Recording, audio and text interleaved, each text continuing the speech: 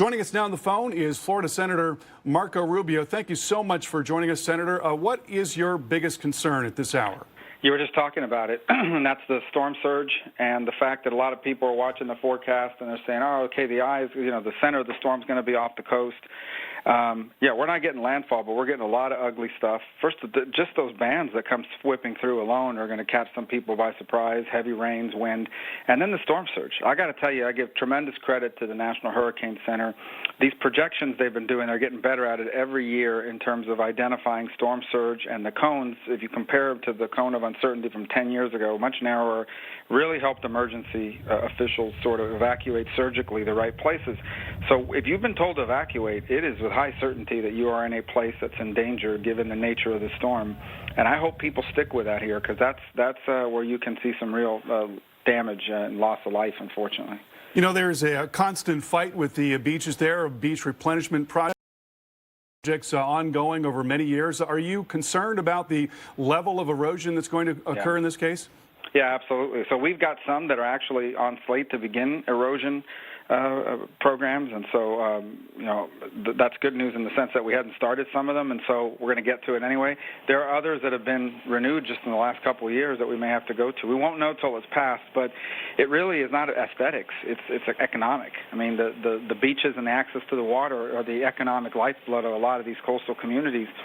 So it is something we're concerned about, because we'll have to go to D.C. and get money for that above and beyond whatever might kick in with FEMA and the other disaster relief. And how are the evacuations going there across the state right now? You know, I think Governor DeSantis did a very wise thing. He sort of left it to the local authorities to make that decision as opposed to ordering massive evacuations. And again, I go back to give credit to the National Hurricane Center.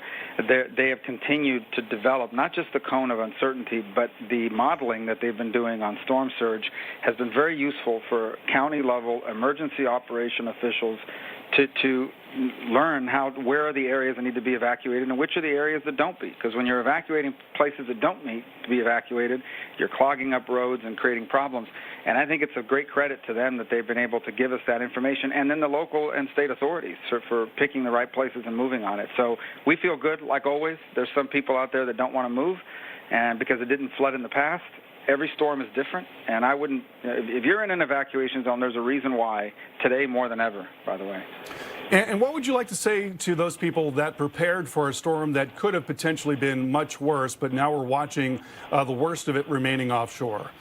I would say to you that, I mean, this is what we have to do. And I would tell you that a lot less people were displaced than ever before in a storm of this magnitude.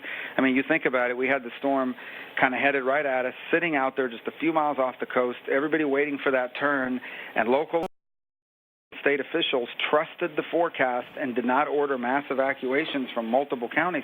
If this had been 10 years ago, if we had seen this storm 10 years ago, we would have had massive evacuations in many of Florida's, if not most of Florida's counties.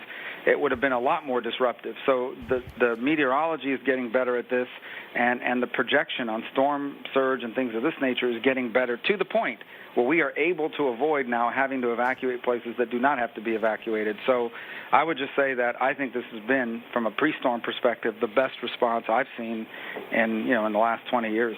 A very important point there, Senator.